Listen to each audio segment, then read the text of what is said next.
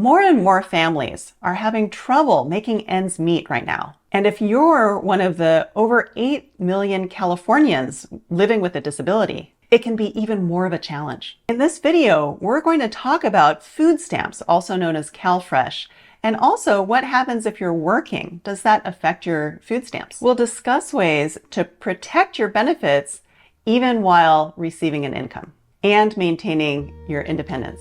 The Supplemental Nutrition Assistance Program, also called SNAP, that's a federally based program. In California, we always have a cutesy name for federally based programs, and in California it's called CalFresh.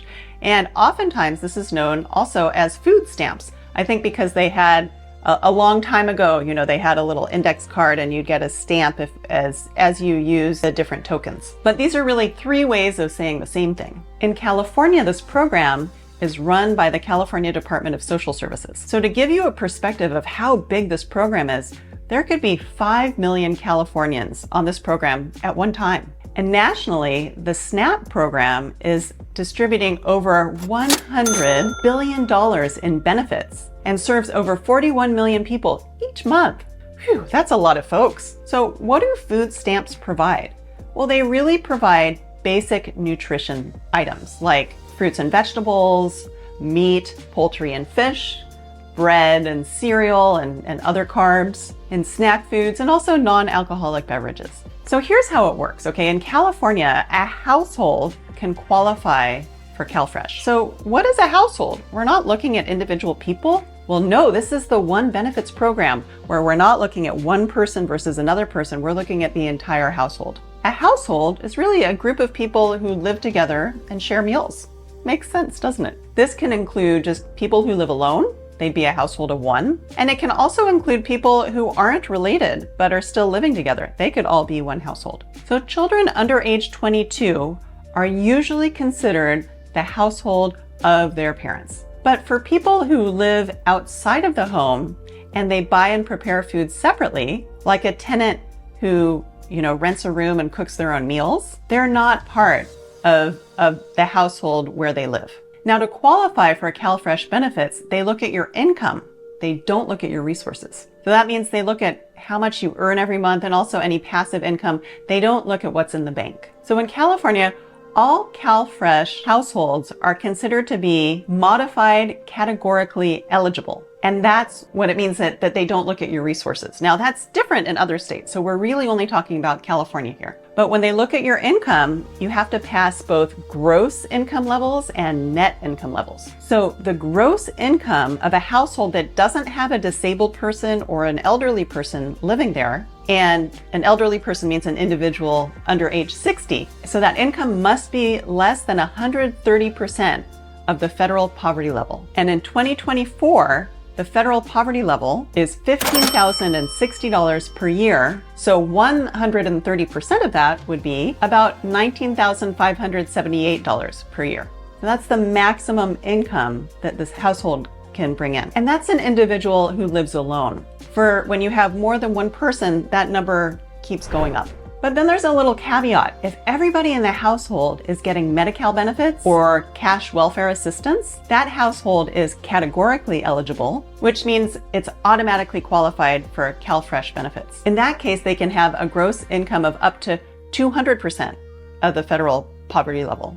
So woo, lots of numbers flying around so far. Hey everyone, if you like my mom's video, like and subscribe. So how about more than one person? So if you have a household of 4 people and they don't have someone who's disabled or elderly, age 60 and up, then they can have 130% of $31,200, which is the federal poverty level for a household of 4, or that's $3,380 a month. So among the household, when you combine it, they can all be earning combined $3,380 a month and still receive food stamps. So then they also look at your net income. Boy, they want to look at income 2 ways. Yikes. But the net income with or without a disabled person or an individual under age 60 must be less than 100% of the federal poverty level. Now, to calculate net income, so you might be thinking, what's the difference between gross income and net income? Well, to calculate net income, you can deduct certain expenses. So here are some examples. You can deduct 20% from earned income, so that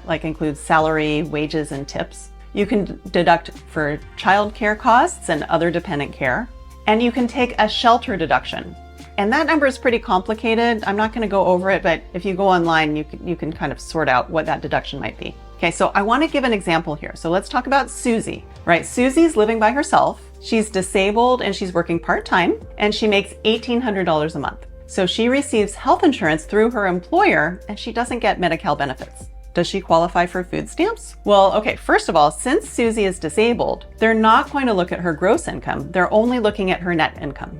And her household of one person can earn, remember, up to about $15,060 a year, which is about $1,255 a month. Uh-oh, she's making more than that. She's making $1,800 a month. But hold on, remember those deductions you can take because we're looking at the net income. So first she can deduct 20% of her wages, which would be $360. She doesn't have any costs for childcare or dependent care, but she does have medical expenses of about $400 a month. And she can also take a shelter deduction of $200 a month. So that is $1,800 minus $360 minus $400 minus $200, which gives us $850 a month of net income. And that's less than the $1,255 a month limit, so she qualifies for food stamps. Do you see how that works?